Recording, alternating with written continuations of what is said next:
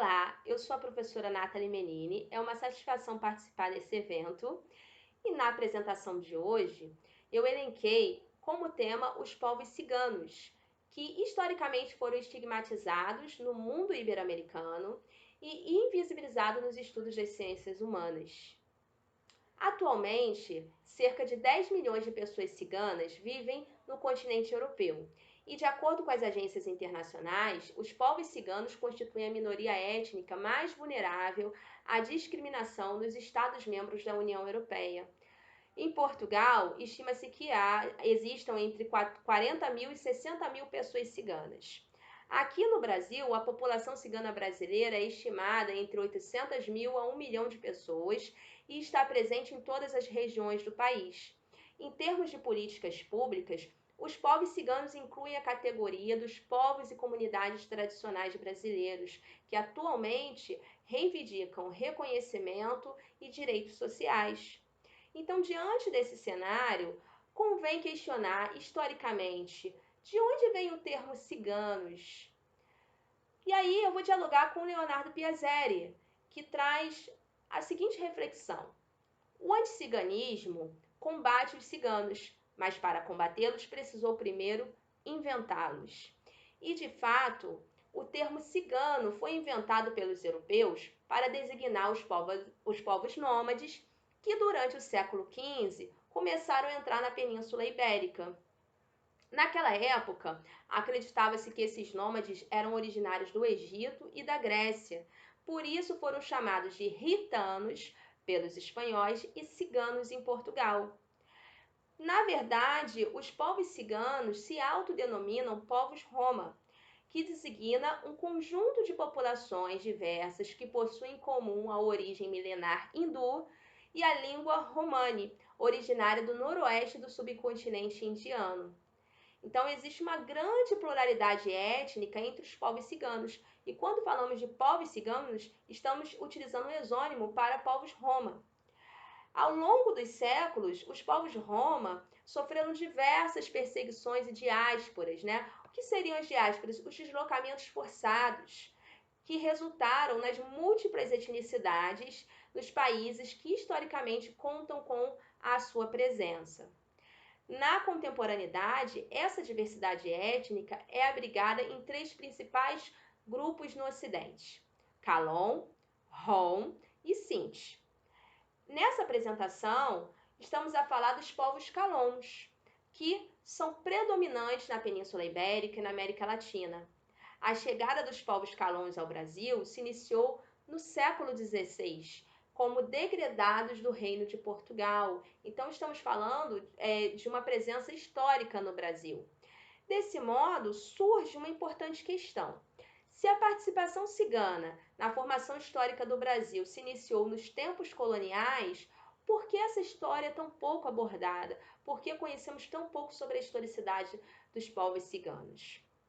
Com base nessa questão, nesse momento eu chamo a atenção aqui para a importância de inserir a problemática cigana na historiografia colonial, com suporte teórico dos estudos pós-coloniais e decoloniais.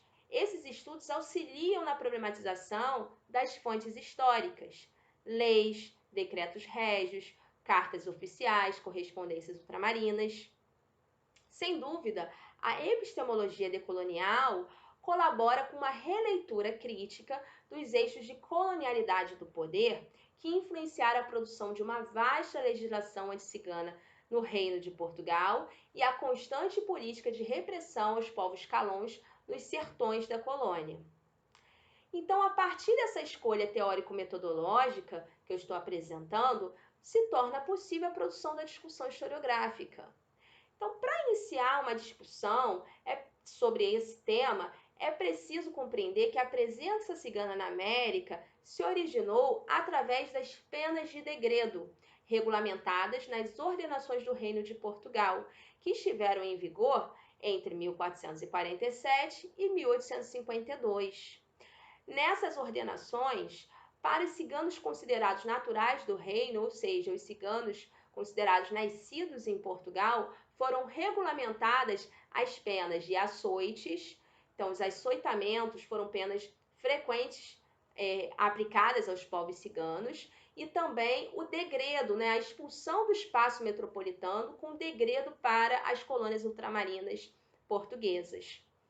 Assim, durante todo o período colonial, principalmente no século XVIII, as cidades portuárias e os sertões do Brasil contaram com fluxo de povos ciganos degredados, que foram perseguidos e expulsos da metrópole portuguesa por serem considerados indesejáveis e desviados sociais.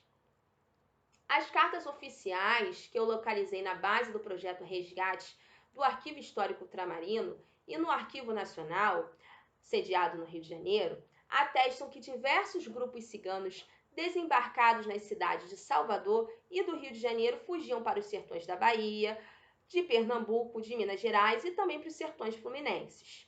Essas correspondências ultramarinas produzidas no século XVIII informam que a circulação de ciganos nos sertões foi frequente e constituiu alvo de constante preocupação dos dirigentes coloniais.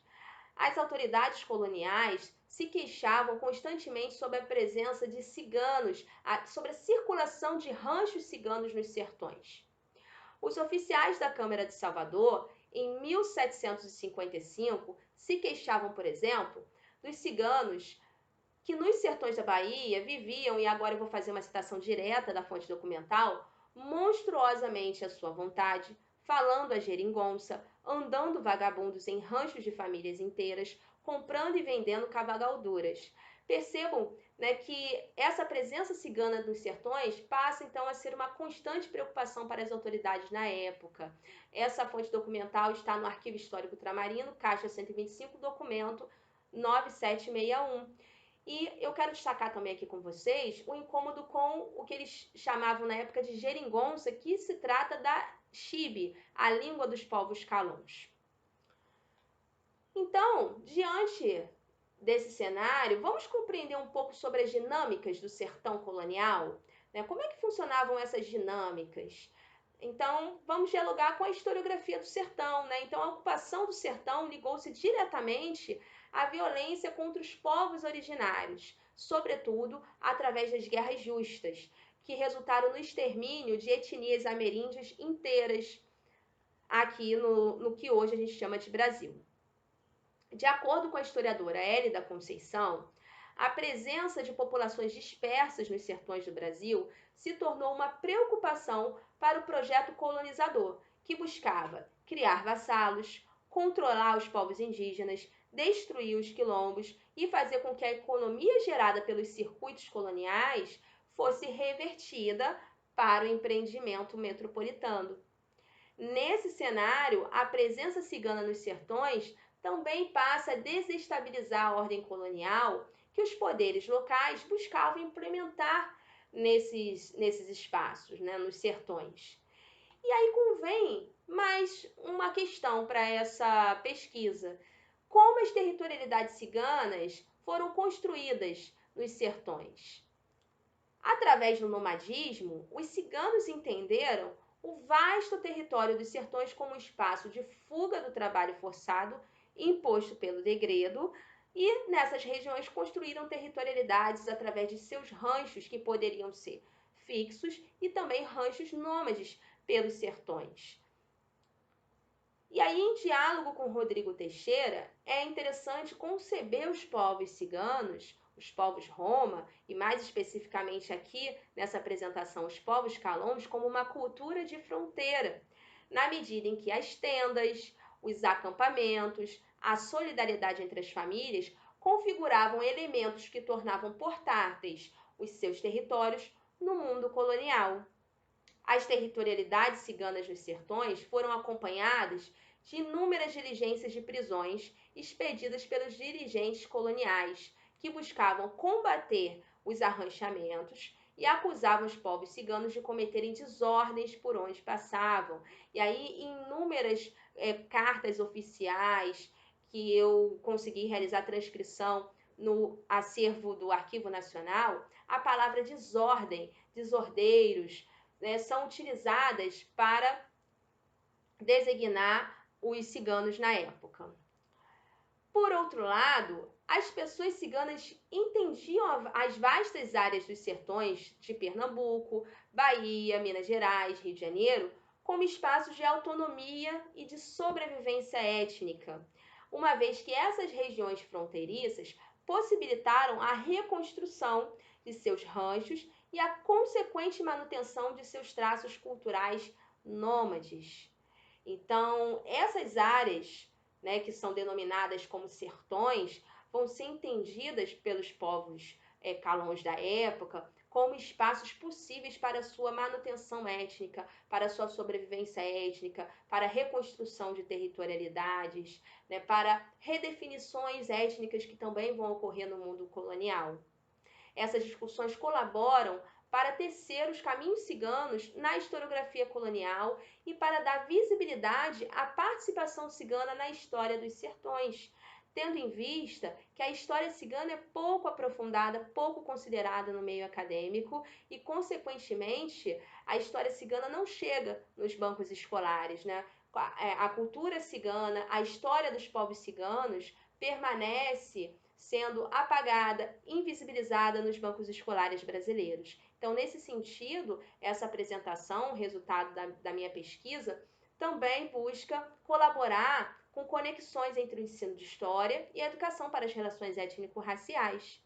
E, para finalizar, é importante destacar que, além da análise das fontes arquivísticas, também é necessário considerar a importância da tradição oral dos povos calões e questionar a matriz eurocêntrica que, através da colonialidade do saber, construiu o vocabulário discriminatório com relação aos territórios e aos povos dominados no ultramar, incluindo um vocabulário amplamente discriminatório contra os povos ciganos. Então, eu gostaria de encerrar com um instigante questionamento dessa tradição oral.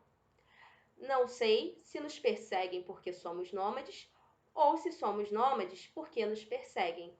Eu agradeço pela escuta e espero que essa apresentação colabore com as discussões que buscam incluir a temática cigana na historiografia. Obrigada!